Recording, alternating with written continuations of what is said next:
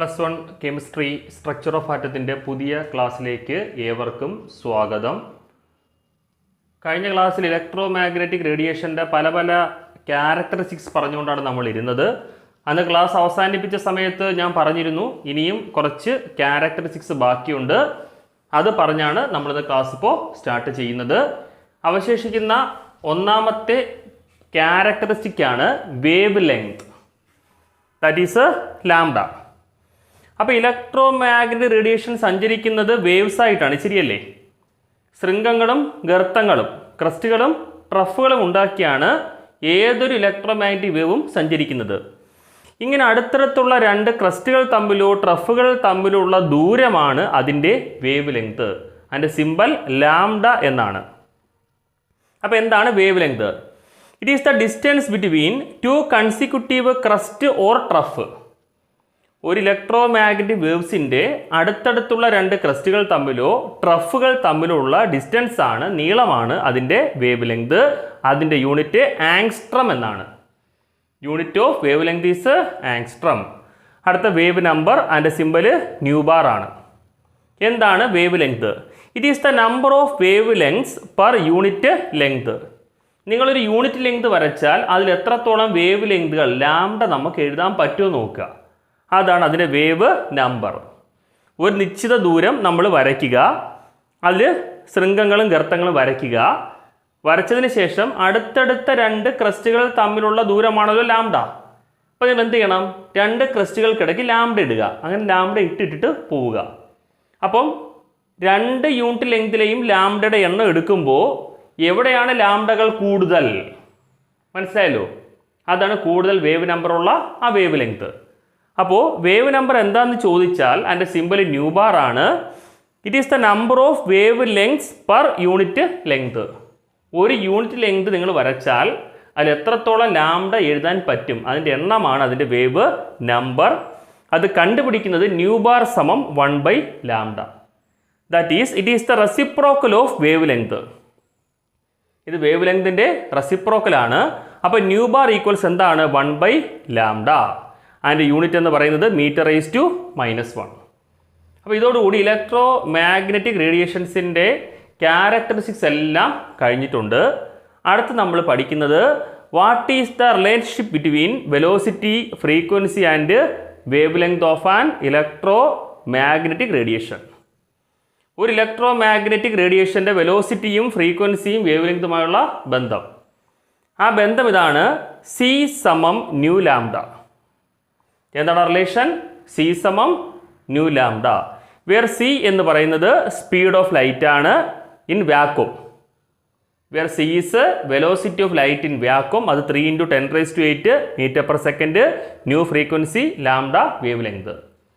അപ്പോൾ ഒരു electromagnetic റേഡിയേഷൻ്റെ വെലോസിറ്റിയും വേവ് ലെങ്തും ഫ്രീക്വൻസിയുമുള്ള ബന്ധം വളരെ പ്രധാനപ്പെട്ടതാണ്. ആ റിലേഷൻ ഇതാണ്: C സമം ന്യൂ ലാംഡ. അവിടെ C എന്ന് പറയുന്നത് velocity of light in vacuum. അത് ആൾവേസ് എ കോൺസ്റ്റൻ്റ് ആണ്. അതിൻ്റെ വാല്യൂ 3 × 10⁸ m/s ആണ്. ന്യൂ എന്ന് പറയുന്നത് ഫ്രീക്വൻസി, ലാംഡ എന്ന് പറയുന്നത് വേവ് ലെങ്ത്. അപ്പോൾ അത് ക്ലിയർ ആണല്ലോ. അടുത്താണ് electromagnetic spectrum. What do you mean by electromagnetic spectrum? It is the arrangement of different electromagnetic radiation according to their increasing order of wavelength or decreasing order of frequency. നിങ്ങൾക്കറിയാവുന്ന electromagnetic റേഡിയേഷൻസിനെ അവരുടെ increasing order of wave ലെങ്തിലോ decreasing order of ഫ്രീക്വൻസിയിലോ arrange ചെയ്യുന്ന ബാൻഡിനെ വിളിക്കുന്ന പേരാണ് electro magnetic spectrum. എന്ന് വെച്ചാൽ വേവ് ലെങ്ത് കുറഞ്ഞ റേഡിയേഷൻ ആദ്യം വരും, വേവ് ലെങ്ത് കൂടിയ ആൾക്കാർ അവസാനം പോകും. ഈ സ്പെക്ട്രം നിങ്ങളൊന്ന് പഠിച്ച് വച്ചേക്കുക. ആദ്യം ഗാമ റേസ് ആണ്. ഇപ്പോൾ ഇലക്ട്രോ മാഗ്നറ്റിക് സ്പെക്ട്രത്തിനകത്ത് ആദ്യം വരുന്ന ആൾ ഗാമ റേസ് എന്ന് വെച്ചാൽ ഏറ്റവും വേവ് ലെങ്ത് കുറഞ്ഞ ആളെന്ന് പറയുന്നത് ഗാമ റേസ് ആണ്. പിന്നെ കുറച്ച് കൂടിയത് X rays, then UV rays, നടുക്ക് വരുന്നത് വിസിബിൾ ലൈറ്റ്. അതാണ് ദൃശ്യപ്രകാശം, കണ്ണുകൊണ്ട് കാണാൻ പറ്റുന്ന പ്രകാശം. അത് നടുക്കാണ് വരുന്നത്. ആ വിസിബിൾ ലൈറ്റിനകത്തുള്ള കമ്പോണൻസ് വിബ്ജിയോർ ആണെന്ന് നമുക്കറിയാം. അത് താഴേക്ക് വരച്ച് ഞാൻ കാണിച്ചിട്ടുണ്ട്. അപ്പോൾ വിസിബിൾ ലൈറ്റിനെ നമുക്ക് വീണ്ടും സ്പ്രെഡ് ചെയ്യിപ്പിച്ച് വിബ്ജിയോർ ഉണ്ടാക്കാം. ഇവിടുത്തെ പർട്ടിക്കുലർ വേവ് ലെങ്ത് എന്ന് പറയുന്നത് 380 മുതൽ 760 നാനോമീറ്റർ ആണ്. പഠിച്ചു വയ്ക്കുക. കണ്ണുകൊണ്ട് കാണാൻ പറ്റുന്ന ദൃശ്യപ്രകാശത്തിൻ്റെ വിസിബിൾ ലൈറ്റിൻ്റെ വേവ് ലെങ്ത് റേഞ്ച് എന്ന് പറയുന്നത് 380 മുതൽ 760 നാനോമീറ്റർ ആണ്. വിസിബിൾ ലൈറ്റ് കഴിഞ്ഞാൽ ഇൻഫ്രാറെഡ് റേയ്സ്, അത് കഴിഞ്ഞിട്ട് റഡാർ വേവ്സ്, അത് കഴിഞ്ഞിട്ട് വേവ് ലെങ്ത് ഏറ്റവും കൂടിയ റേഡിയോ വേവ്സ്. അപ്പോൾ ഈ സ്പെക്ട്രം ഒന്ന് പഠിച്ചു വച്ചോണം. ആദ്യം gamma rays, X rays, U V light, visible light, IR rays, radar waves, ഏറ്റവും അവസാനം റേഡിയോ വേവ്. അപ്പോൾ അത്രയും കാര്യങ്ങൾ വ്യക്തമായല്ലോ.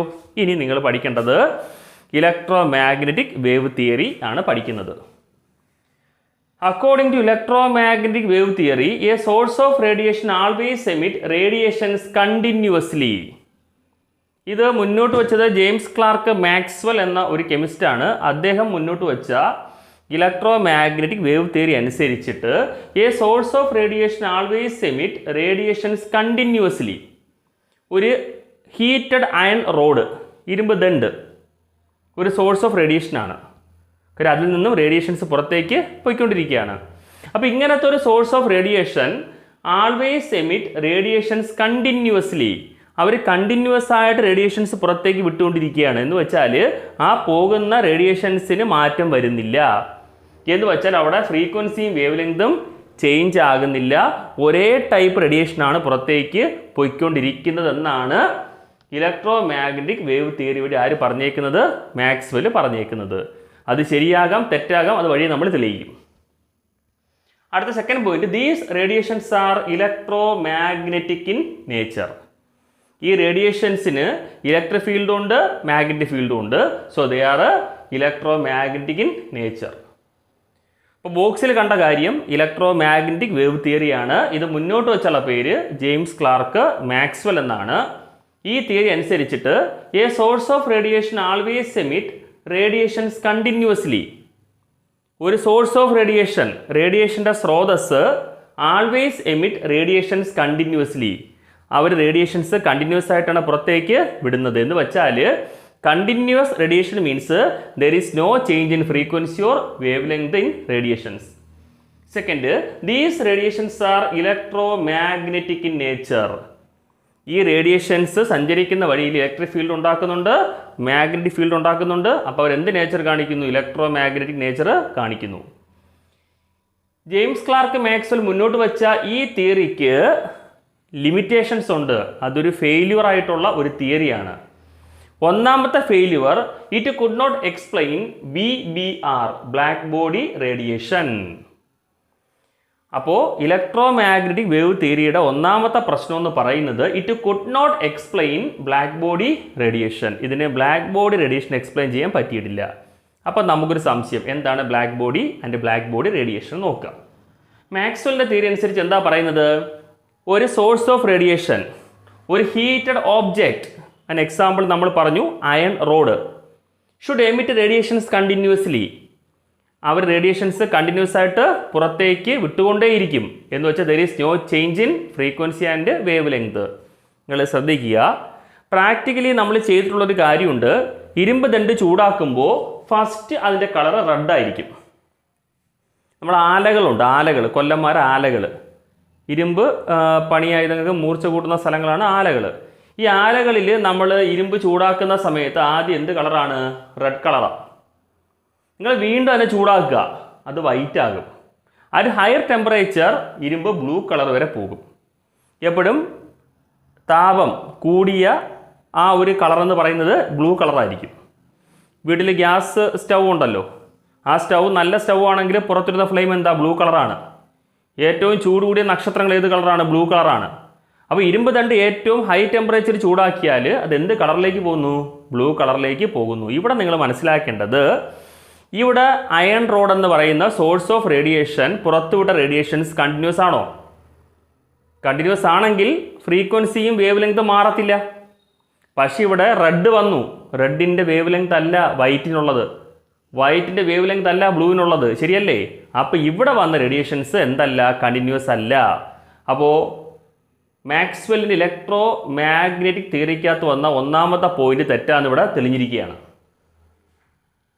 അപ്പോൾ മാക്സ്വെൽസിൻ്റെ ഇലക്ട്രോ മാഗ്നറ്റിക് വേവ് തിയറി അനുസരിച്ച് a source of radiation always emit radiation continuously which means there is no change in frequency and wave length. പക്ഷേ black body radiation എന്നുള്ള എഫക്റ്റ് നമ്മൾ പഠിക്കുമ്പോൾ നിങ്ങൾ മനസ്സിലാക്കുക, സോഴ്സ് ഓഫ് റേഡിയേഷൻ ആയിട്ടുള്ള ഇരുമ്പ് ദണ്ടെന്ന് പറയുന്നത് റെഡ് കളറിനെയും വൈറ്റ് കളറിനെയും ബ്ലൂവിനെയൊക്കെ പുറത്തേക്ക് വിടുന്നുണ്ട്. എന്ന് വെച്ചാൽ അത് കണ്ടിന്യൂസ് റേഡിയേഷൻ അല്ല. ഇവിടെ സോഴ്സ് ഓഫ് റേഡിയേഷൻ പുറത്ത് വിട്ടത് ഡിസ്കണ്ടിന്യൂസ് റേഡിയേഷനെയാണ്. കാര്യം അവിടെ വേവ് ലെങ്തിൽ ഫ്രീക്വൻസിയിൽ മാറ്റമുള്ള ആൾക്കാരാണ് പുറത്തേക്ക് വിട്ടത്. അപ്പോൾ എന്താണ് എക്സാമിന് ചോദിക്കുന്നു? Black body radiation. A body which emits and absorb radiations of different frequency is called a black body. ഇപ്പോൾ ഇരുമ്പ് ദണ്ഡ് ഒരു ബ്ലാക്ക് ബോഡിയാണ്. Because it emits or absorb radiations of different frequency and the radiation emitted by such a black body is called black body radiation. ഇങ്ങനത്തെ black body emit ചെയ്യുന്ന റേഡിയേഷൻസിന് വിളിക്കുന്ന പേരാണ് black body radiation. ഇത് വന്നതോടുകൂടിയാണ് നമ്മുടെ മാക്സ്വെല്ലിൻ്റെ ഇലക്ട്രോ മാഗ്നറ്റിക് വേവ് തിയറി പുറന്തള്ളപ്പെടാനുള്ള ഒരു പ്രധാന കാരണം. അപ്പോൾ എന്താണ് black body and black body radiation? Black body is an ideal body which emits and absorb radiations of different frequencies and the radiations emitted by such a black body is called black body radiation.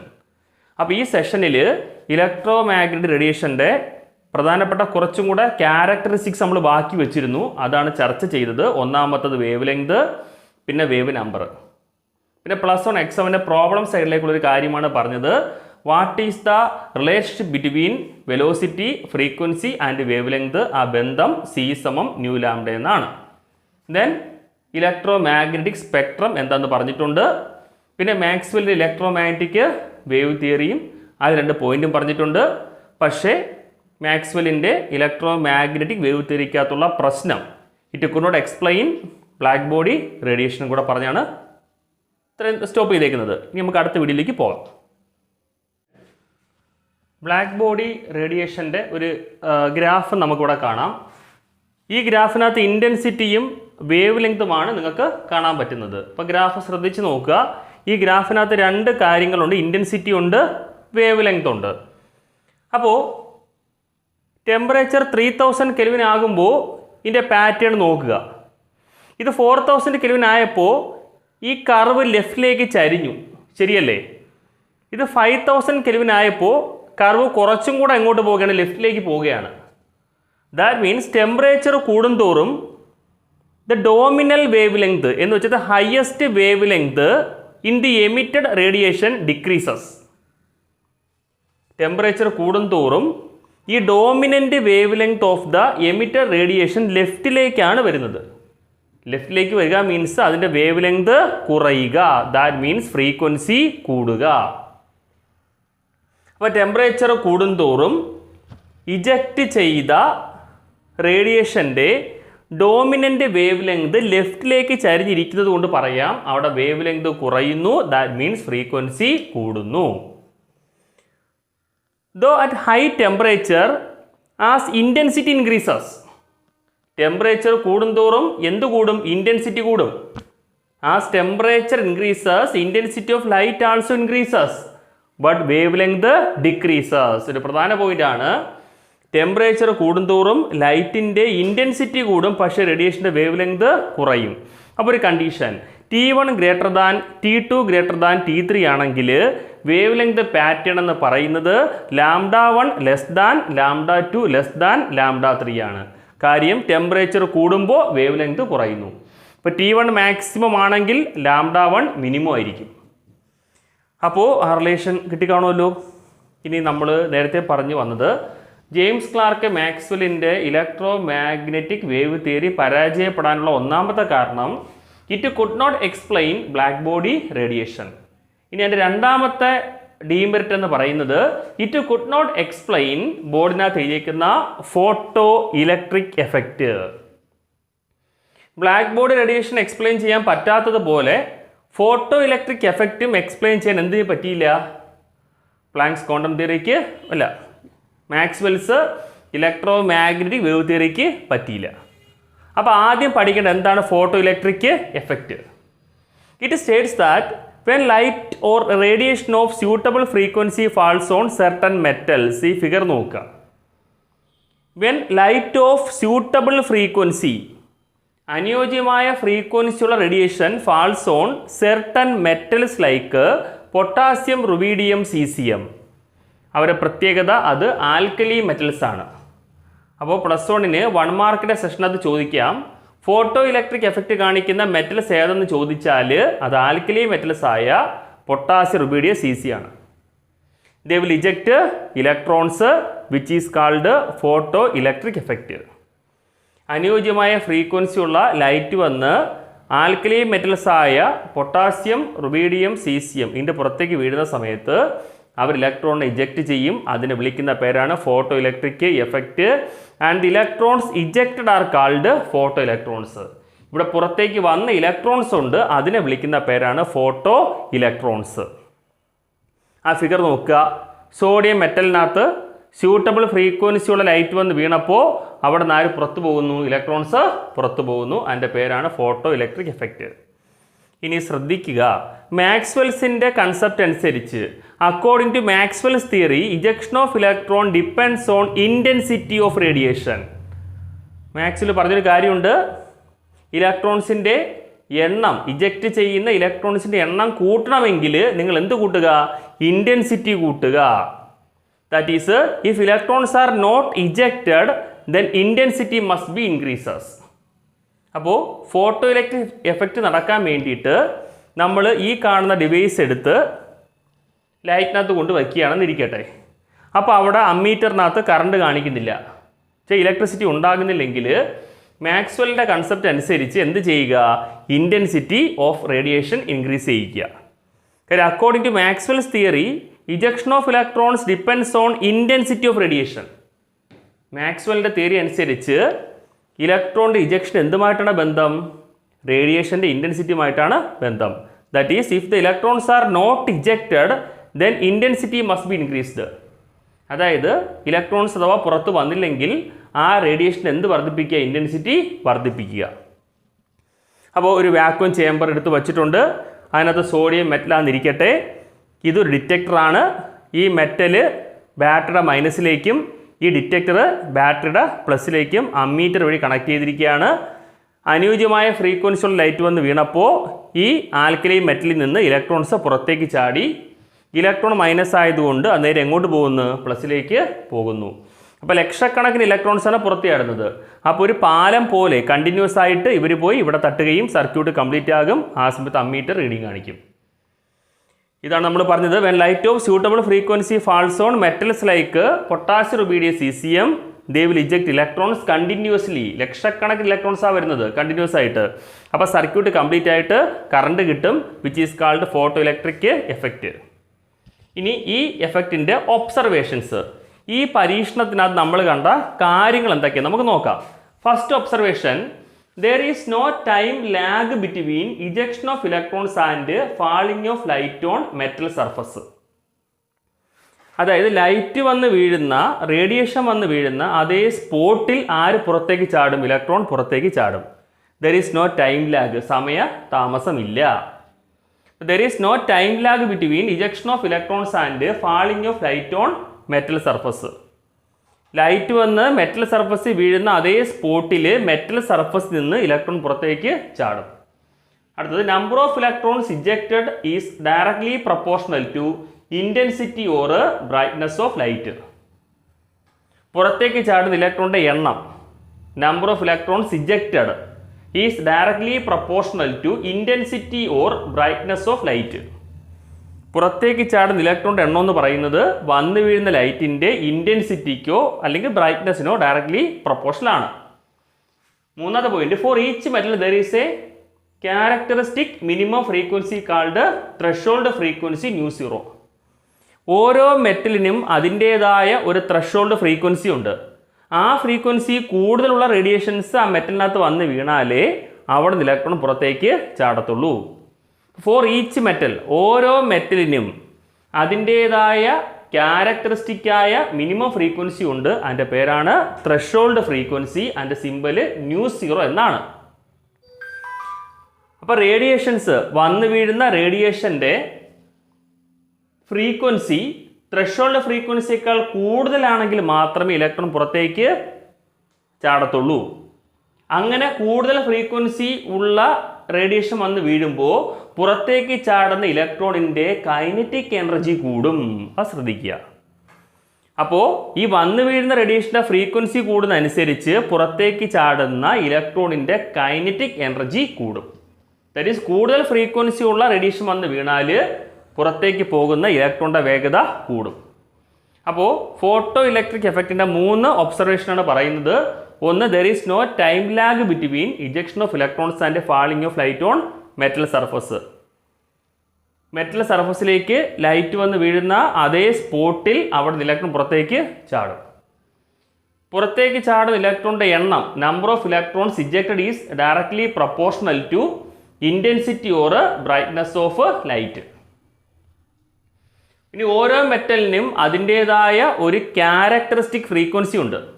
ഈ ഫ്രീക്വൻസിയിൽ കൂടുതലുള്ള ഫ്രീക്വൻസിയുള്ള radiation വന്ന് വീണാൽ മാത്രമേ അവിടെ photo electric effect നടക്കത്തുള്ളൂ. അങ്ങനെ വന്നു വീഴുന്ന റേഡിയേഷൻ്റെ ഫ്രീക്വൻസി μ0 കൂടുതലാണെങ്കിൽ ആ പുറത്തു പോകുന്ന ഇലക്ട്രോണിൻ്റെ കൈനറ്റിക് എനർജി കൂടുതലായിരിക്കും. അപ്പോൾ എന്താണ് മാക്സ്വെൽസ് തിയറി ഇത് ഒബേ ചെയ്യത്തില്ലെന്ന് പറഞ്ഞത്? മാക്സ്വെലിൻ്റെ തിയറി അനുസരിച്ച് number of electrons ejected is directly proportional to intensity of light. കറക്റ്റാണ്. ഇവിടെയും number of electrons ejected is directly proportional to intensity. അപ്പോൾ അത് പ്രശ്നമില്ല. ഇനി മാക്സ്വെലിൻ്റെ തിയറി അനുസരിച്ച് number of kinetic energy of ejected electron is also proportional to intensity of light. മാക്സ്വെലിൻ്റെ theory അനുസരിച്ച് പുറത്തേക്ക് പോകുന്ന ഇലക്ട്രോണിൻ്റെ കൈനറ്റിക് എനർജിയും ഇൻറ്റൻസിറ്റിക്ക് ഡയറക്ട്ലി പ്രൊപ്പോർഷണലാണ്. പക്ഷേ ഇവിടെ നമ്മൾ പ്രൂവ് ചെയ്ത കാര്യം പുറത്തേക്ക് പോകുന്ന ഇലക്ട്രോണിൻ്റെ കൈനറ്റിക് എനർജിക്ക് ഫ്രീക്വൻസിയുമായിട്ടൊരു ബന്ധവുമില്ല. അതിന് ബന്ധമുള്ളത് ഇൻറ്റൻസിറ്റിയുമായി ബന്ധമില്ല. അതിന് ബന്ധമുള്ളത് എന്തുമായിട്ടാണ്? ഫ്രീക്വൻസിയും ആയിട്ടാണ്. അപ്പോൾ മാക്സ്വെലിൻ്റെ തിയറി അനുസരിച്ച് number of electrons ejected and kinetic energy of the ejected electrons are directly proportional to intensity of light. ഇതിനകത്ത് ഒരു കാര്യം ശരിയും ഒരു കാര്യം തെറ്റുമാണ്. ഏതാണ് ശരി? Number of electrons ejected during photo electric effect is directly proportional to intensity of light. Photoelectric എഫക്റ്റിൻ്റെ ഫലമായിട്ട് പുറത്തേക്ക് ചാടുന്ന ഇലക്ട്രോണിൻ്റെ എണ്ണം ഇൻറ്റൻസിറ്റിക്ക് ഡയറക്ട്ലി പ്രൊപ്പോർഷണലാണ്. പക്ഷേ ആ ഇലക്ട്രോണിൻ്റെ കൈനറ്റിക് എനർജി എന്ന് പറയുന്നത് ഇൻറ്റൻസിറ്റിക്ക് ഡയറക്ട്ലി പ്രൊപ്പോർഷണൽ അല്ല, മറിച്ച് ഫ്രീക്വൻസിക്കാണ് ഡയറക്ട്ലി പ്രൊപ്പോർഷണൽ. അപ്പോൾ ബ്ലാക്ക് ബോഡി റേഡിയേഷൻ്റെ ഒരു graph, then photo electric effect, അതിൻ്റെ ഫിഗർ, എന്താണ് ഫോട്ടോ ഇലക്ട്രോൺസ് എന്ന് പറഞ്ഞിട്ടുണ്ട്, പിന്നെ ഒബ്സർവേഷൻസ് 3 കാര്യങ്ങൾ. അപ്പോൾ വീഡിയോ വീണ്ടും വീണ്ടും കേൾക്കുക സംശയമുള്ളവർ, അപ്പം കാര്യങ്ങൾ ക്ലിയർ ആകും. ഓക്കെ, അപ്പോൾ നമുക്ക് അടുത്തിലേക്ക് പോവാം.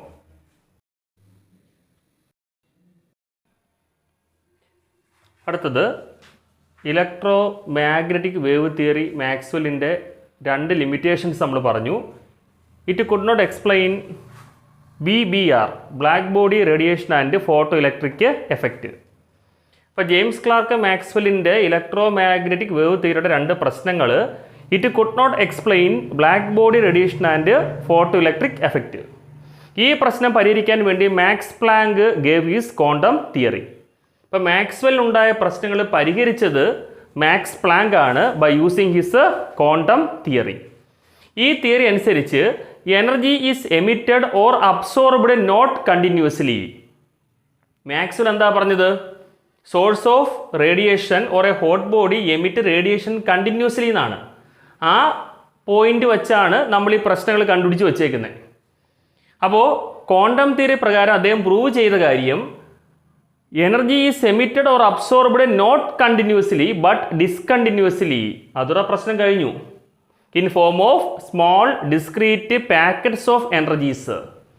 അപ്പം സോഴ്സ് ഓഫ് റേഡിയേഷൻ പുറത്തുവിടുന്നത്, എനർജി പുറത്തുവിടുന്നത് കണ്ടിന്യൂസ് ആയിട്ടല്ല, മറിച്ച് ഡിസ്കണ്ടിന്യൂസ് ആയിട്ടാണ്. ഇൻ ഫോം ഓഫ്, ഈ ഫിഗർ നോക്കണം, സ്മാൾ പാക്കറ്റ്സ് ഓഫ് എനർജീസ്. കണ്ടോ, ഈ വരച്ചേക്കുന്നത് സോഴ്സ് ഓഫ് റേഡിയേഷൻ ആണ്.